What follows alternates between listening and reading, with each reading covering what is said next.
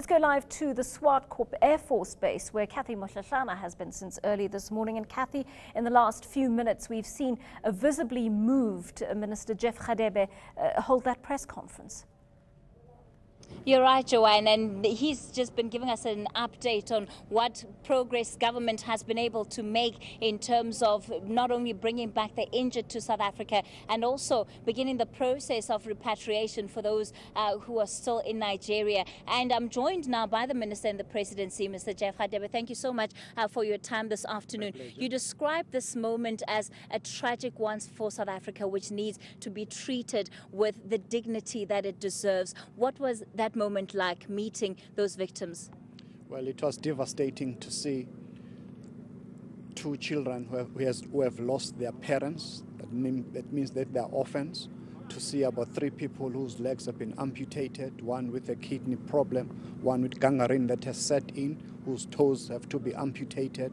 And those traumatic patients that we have seen here, that means this is going to be a long-lasting impact to the families and to South African as a whole, not mentioning 84 South Africans who are now deceased. So that's why we're calling upon our people to have compassion in this dark moment in our history, because it is, in fact, a national disaster, as we have indicated that this is the largest medical evacuation since the dawn of democracy in South Africa.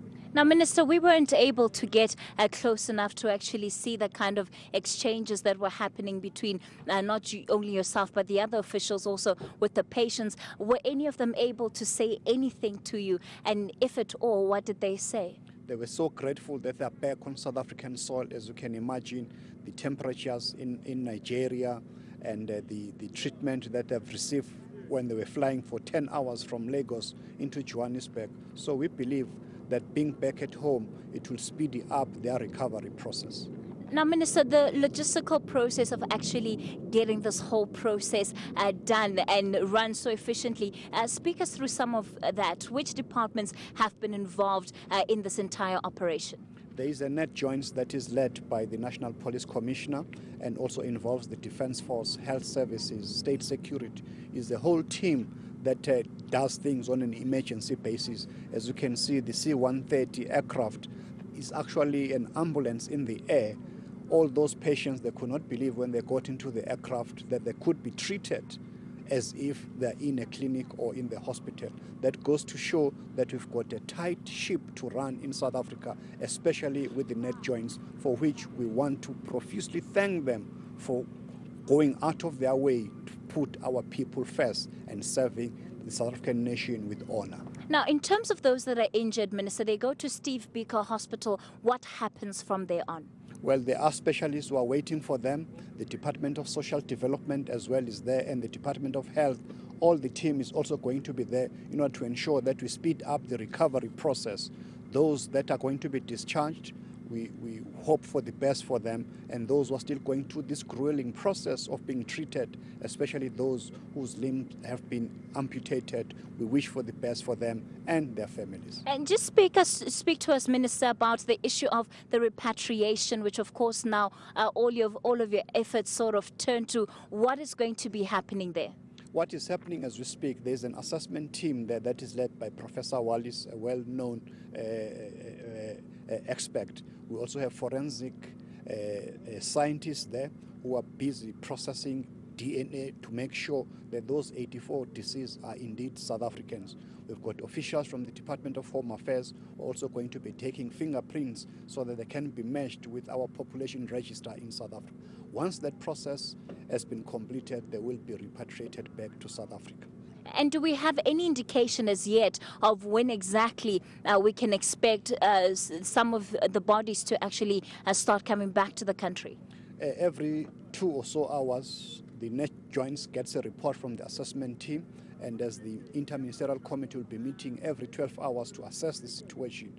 Our view is that as soon as we get a green light, we'll activate the repatriation of that process. Already, the logistics in terms of the aircraft, I won't mention the details. Already the aircraft is on the ready. should the green light be indicated from Lagos.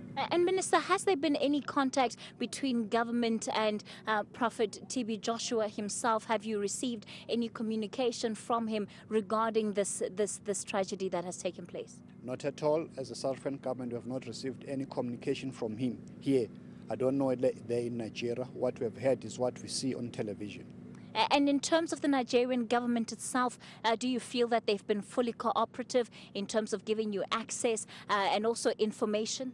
Absolutely. As I've indicated on Thursday evening, the President of Nigeria, His Excellency President Jonathan, and our President Zuma, they had a telephonic conversation which indicate the type of cooperation that exists between Nigeria and South Africa. And I do know that on Saturday, President Jonathan even visited the site of this tragedy. And just lastly, Minister, can you just give us an indication of the investigation that is taking place in Nigeria? What is the role of the South African government in that investigation? Well, Nigeria is a sovereign state. That's why President Jonathan even announced on Saturday that he will leave no stone unturned in getting to the bottom of this tragedy that happened in Nigeria. I do know also that the state of Lagos is also investigating this matter. So we are waiting to see the outcome of this, because if there's any fault, it must be directed to the appropriate people there. So is this investigation completely in the hands of the Nigerian government? Definitely, but should they require any assistance from us, we'll be there in the ready. But it is exclusively within the preview of the Nigerian government. All right, thank you so much for your time this afternoon. That was Minister in the Presidency, Jeff Radebe, giving us an update, Joanne, just on the efforts that government has been making, not only to bring those injured back to the country. Of course, we saw them arrive just a little bit over an hour ago, but also the work that is continuing in Nigeria to try and repatriate the bodies of those who were killed in that tragedy. Back to you in studio, Joanne.